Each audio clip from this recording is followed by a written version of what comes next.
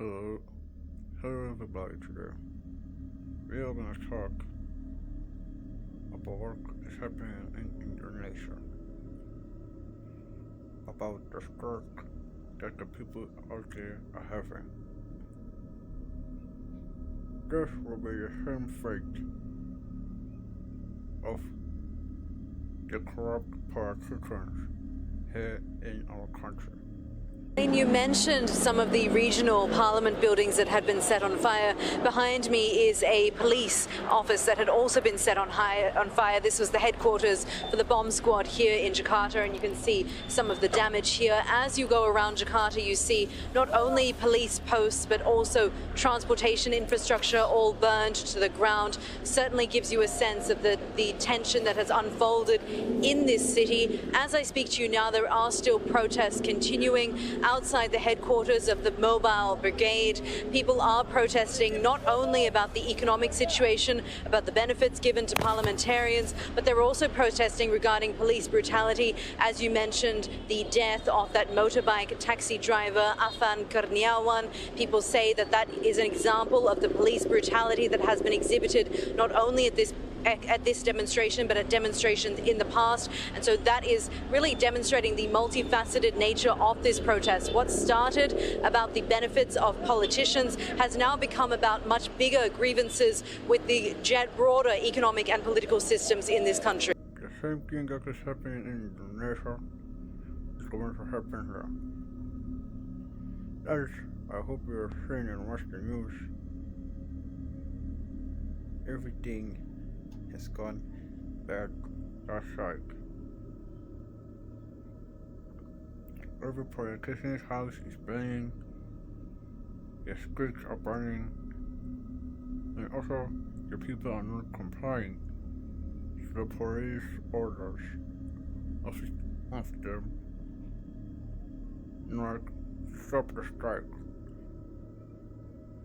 This will be the same fate of every politician who's corrupt in this country.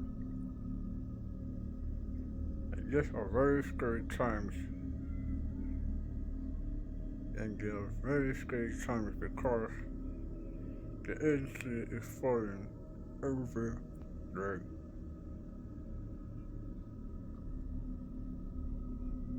As I hope you all have seen, a President Ramaphosa was supposed to attend a summit, and he didn't go because the DA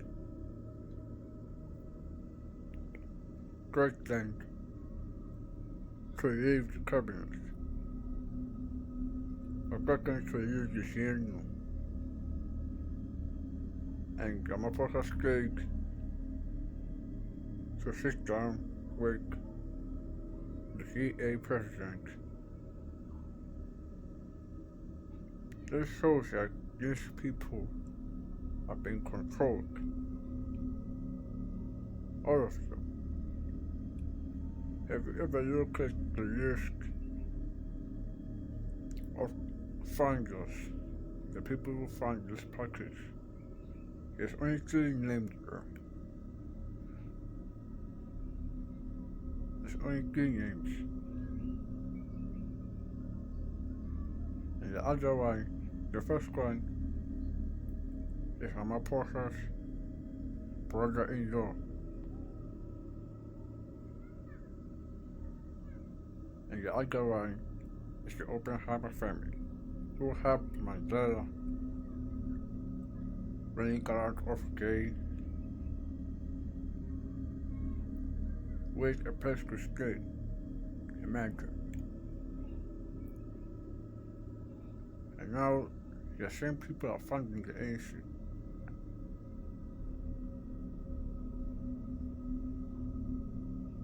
So this is a warning to every South African who does not know what's happening in Indonesia, because the same fate will happen here. And now the government is trying to blacklist student loans, while the youth unemployment is 60%. Imagine, just imagine that. Trying to break this scam for their student loans.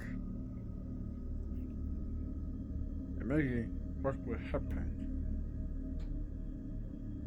if that blacklisting goes through and people now are blacklisted because they didn't pay their student loans. Imagine what the country will go through.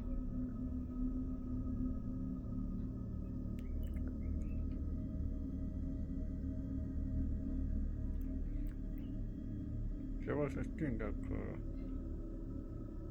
Malema said, and I'll play it right now. Now we must look at how we remove the EFF and. So, and I want to warn you that this country will have a white president. This country will stay in Ezen as a president if the ANC is going to behave the way it's behaving. Because the motion of no confidence will come, will vote with the DA, mobilize all those who can mobilize, we vote together with the DA against the president. And then when it is time to elect a president, we abstain. And the ANC loses. We abstain.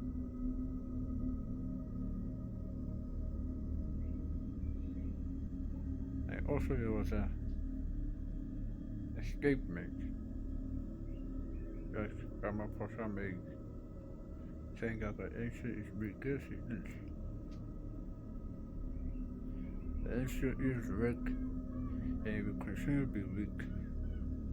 And what this guy saying about the ANC? Cyril Ramaphosa will go down in history as one of the most useless presidents we have had after 1994. How many commissions of inquiry has the ANC government, even under previous presidents, have been instituted? And where have the actions been? Much against this national dialogue. Much against it. I am going to do something I have never done in my life. Publicly, I will endorse Helen Zille to be mayor of Johannesburg with a heavy heart. Ramaphosa, if he lives long, say he touches 80, he will die in jail.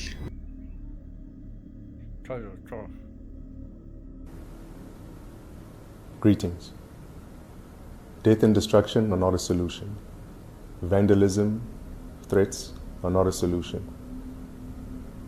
We need to find ways to deal with the situation, and the situation is a situation that's quickly spiraling out of control. Now, to start with, I do not form part of any social media platforms. I am not on Twitter, I'm not on Instagram, I'm not on Facebook, and all those other platforms that exist. I have not made any inflammatory, any divisive, and any inciting statements, now or ever. I'm about peace, I'm about solutions, I'm about unity. And the only way that we're going to get through this problem we have at hand is by unifying. Now, we can't have a situation where we're spreading false information, we're spreading information that is true, that is out there, and further flaming the flames of disparity and desperation.